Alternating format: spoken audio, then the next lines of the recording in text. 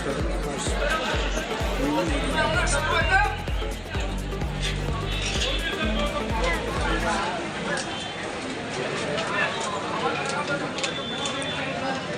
साहब कहाँ है? क्या मामला था पूरा, और जो एक्सीडेंट हुआ है उसमें कौन आपके लोग थे? मेरी धर्मपत्नी थी और अपने भाई के साथ कहीं जाके अपने पियर यहाँ से जा रहे थे, तो रास्ते में यहाँ से निकलती थे हम रात को लगभग 9:30 बजे करीब। पीछे से वो स्कूटी पे जा रहे थे, पीछे से एक अनियंत्रित कार आई जिसको वैसे चला रहा था, उसने पीछे से टक्कर मारी और टक्कर मारने के बाद वो गिर गए, पर उसने उसको रोका नहीं। उसको रोकने की कोशिश लोगों ने करी तो उसने उनके ऊपर गाड़ी और चढ़ा दी और जो भी सामने आया उनको सबको कुचलता हुआ वो निकल गया।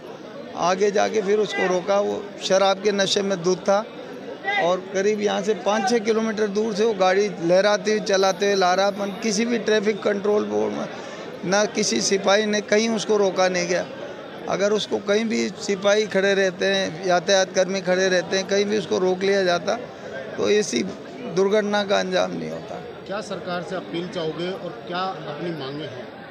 मांगे तो कुछ नहीं है, अब इंसान चले गया, ऐसी कोई मांग नहीं है, पर यही है कि उसको कड़ी से कड़ी सज़ा दी जानी चाहिए और ऐसी कोई घटना दोबारा न हो, पुनरावृत्ति न हो। इसलिए ट्रैफिक रूल्स को मजबूत करना चाहिए और जो ये ट्रैफिक के सिपाही खड़े रहते हैं इनको नज़र रखनी चाहिए कि कोई भी गाड़ी ऐसे चलाए तो उसको चालान करना चाहिए, रोकना चाहिए। अगर इस गाड़ी को वहाँ रोक लिया जाता तो इतना बड़ा दुर्घटना नहीं होती है। ऐसे लोगों को क्या सज़ा दिलाना चाहोगे आप? हम तो यही हो कि इतनी जनों को मौतें दी है तो उसको तुरंत फांसी की सज़ा दी जाए, मौत के बदले मौत दी जाए, ताकि आगे से ऐसी कोई घटना की पुनरावृत्ति न हो। के पारिक अध्यक्ष पारिक महासभा समिति जयपुर इस दुर्घटना की कड़ी निंदा करता हूं और इसको मैं दुर्घटना नहीं कह के जघन्य अपराध का रूप देता हूं। जिस तरीके से ये दुर्घटना हुई है ये जघन्य अपराध है, दुर्घटना नहीं है। इसलिए इसकी कड़ी से कड़ी निंदा करते हैं और जो इसमें तकलीफ़ में आए हैं, जिनके घर बर्बाद हुए हैं, उनको सरकार को ज़्यादा से ज़्यादा मदद करके और अपराधियों को कड़ी से कड़ी सज़ा ऐसी मिलनी चाहिए ताकि आगे लोगों को नसीहत मिले।